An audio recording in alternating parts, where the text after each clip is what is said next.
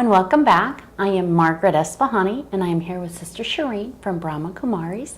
Welcome, Shireen. Hi, Margaret. How are you today? Fabulous, fantastic. Good.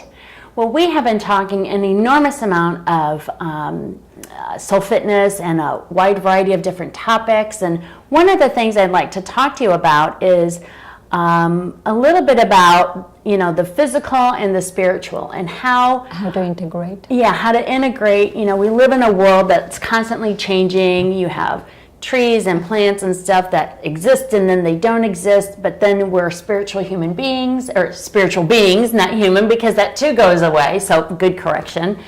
So share with us a little bit about immortality and spirituality, and how does that work?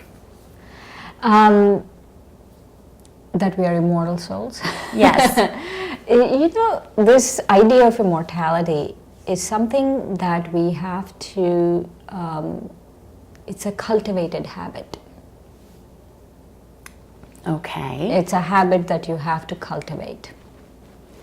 And it's not you take a pill or something. It's something you really have to cultivate. But I've been thinking about the general world right now. And, we filmed this right after Harvey. And I was reading up on climate change and how things are affecting, how climate change is affecting people. Yes. Because Florida is so coastal and we've had so much rain, so much more rain. And I was reading up on why we have had so much more rain this year than the previous years. And I heard that for the longest time, I thought, about 15 years ago, I remember one of our, in Brahma Kumari, Sister Jayanti went to a conference on climate change. It's a long time ago, maybe even in the 90s. And she was saying she met a elder from the Arctic, one of the Eskimo elders. And he said, I only have one message to everyone. And the message is the ice is melting. Interesting. Okay. And he went on to describe how the ice is melting. And he kept, apparently the whole conference, he kept just saying the ice is melting, the ice is melting. And this was about 20 years ago. And so at that point I started thinking, when climate change happens, this is what's going to happen. The ice caps will melt and there will be water. And that's when sea level will rise. Yes. Right? I'm going a little off track, but it's on my mind, so I want to share. And so what happened was I thought that climate change means that the ice caps will melt and Florida will go underwater in 2 seconds. But it may. But what I didn't realize is the additional problem of rising temperatures. So 2013 was the warmest year since recorded climate, recorded temperatures. Yes. 2013, and then 2014 was the warmest year. Then 2015 was the warmest year, and then 2016 was the warmest year. So every year it's increasing. And I heard in the Gulf of Mexico, that the temperatures has risen by 1.5 degrees. Oh my goodness. And what happens is every degree that the temperature rises, there's more precipitation because there's more water coming up. And so for every degree in rise in temperature, you have 7% more rain. Wow. So we have 10% more rain this year than, let's say, since 2010, 1.5 degrees has increased. So in the last, right? And so they were comparing, I saw this article where they were comparing the amount of rain that Katrina dropped in Louisiana to amount of rain Harvey dropped, right? 3 times more. Harvey dropped three times more because the storm itself is not because of global warming or climate change. Right. But because there is so much warming, then the amount of rain, so apparently it was 27 trillion tons of rain. Oh my That's goodness. a lot of rain. Right. And Katrina was like about 6 or 7 trillion tons of rain. Wow. And so they were saying that is 1 million gallons of water for every person in Texas. That is too much. It's a lot. Yes, and so I'm thinking, this is like, I didn't account for this, and they're called rain bombs apparently. Oh my goodness. The rain bombs are these higher level, high intensity rainfall. Correct. Where it's raining. Right. And because we have all of that, then we have destruction. And then we have, well, I don't want to use the word destruction, but then we have a cycle where things are flooded and then they cease to exist. Buildings are ruined and they cease to exist. Homes cease to exist because of all of these things. So if you can, Shireen, I know you're bringing me back to this. And I love your analogy because, the earth is temporary, and this global warming and this discussion about, the weather affecting our earth is all temporary. Yeah, if the nuclear war doesn't wipe us out. Yes, and that's a very scary thought. But there's a little bit of salvation. So one of them is going to wipe us out. Yes. either because of this whole bluster of these two leaders Yes. deciding to nuke us out, or if that doesn't, then definitely Yes. climate change will. But if you don't mind, good note. yes, on a great note, and this is a great segue that I'm going to bring Shireen into, is that there is hope because I believe, and help me explain, that there's immortality. So let me go back. So, jesting apart and being wiped out apart. It seems a little inevitable at this point, but there is something within our hands. Yes, of course, we should recycle and we should be careful and all of that, but scientists say it's too little, too late right now. But we still should. Right, do our part. We should still do our part. Correct. But there's one thing within our hands. Amidst all of that is going on, there's one thing within our hands, Yes. and that is to keep reminding ourselves we are immortal souls. Yes. And like I said before, the experience of immortality is learned behavior.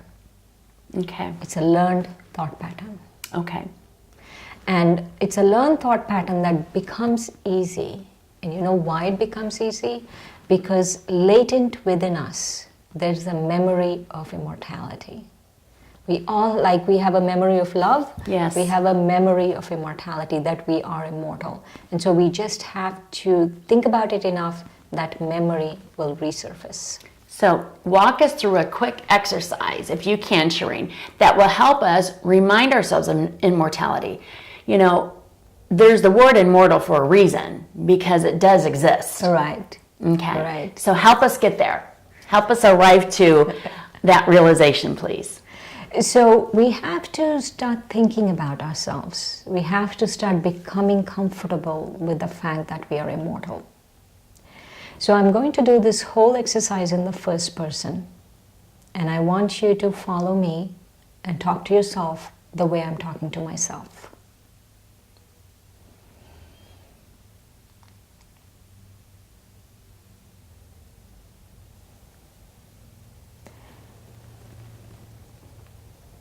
I remember I'm a soul. I'm a being of light, conscious light, alive. This light, this I, this soul is alive. I'm luminous.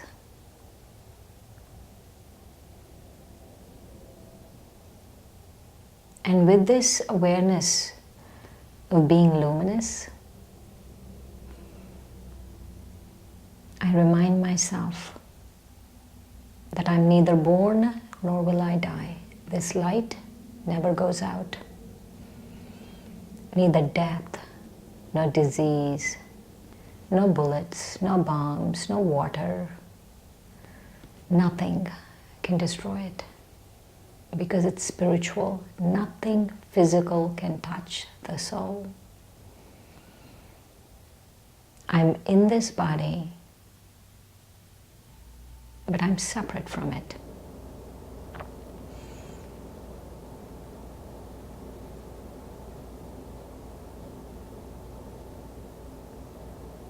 I am beyond birth and death.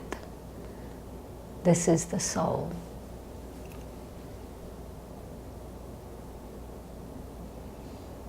I make myself completely comfortable with this idea. I think about it.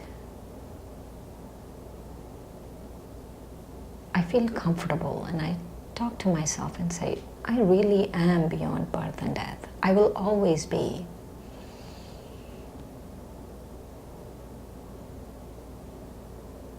The body will come and go, floods come and go,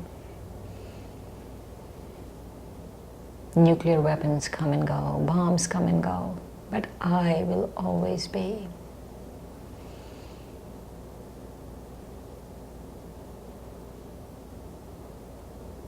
And the more I remind myself that I'm an immortal soul, that I'm beyond birth and death,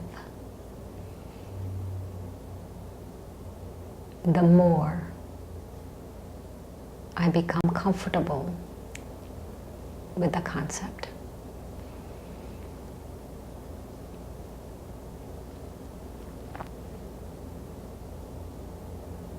My real identity, my eternal identity is I'm light and I'm beyond birth and death. I always exist as light.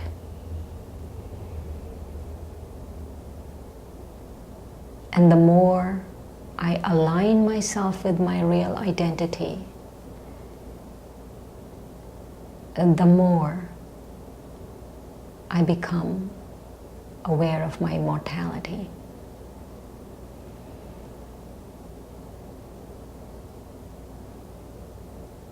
And with that awareness of my real, eternal, immortal identity,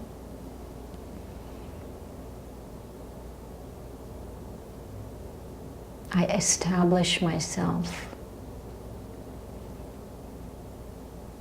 as a soul that is beyond birth and death, beyond beginnings and beyond endings.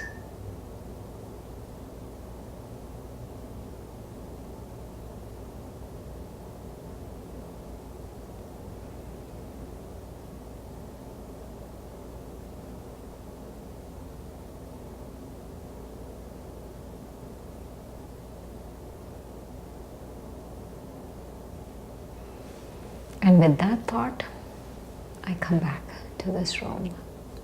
That powerful thought. I am a soul, I am light, that is my real identity, and I am immortal. Om Shanti, I am peace. Om Shanti. Thank you, Shireen. Thanks, Margaret. You know, an incredible experience yet again to help us cope with these difficult times in the world of uncertainty, of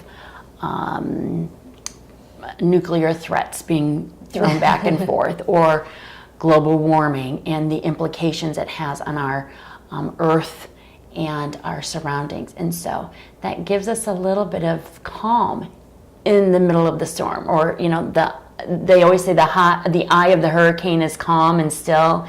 And so maybe we can equate this immortality as the eye of the hurricane, where it just is calm and still, and know that there is still a future. Right, right. And so that's refreshing.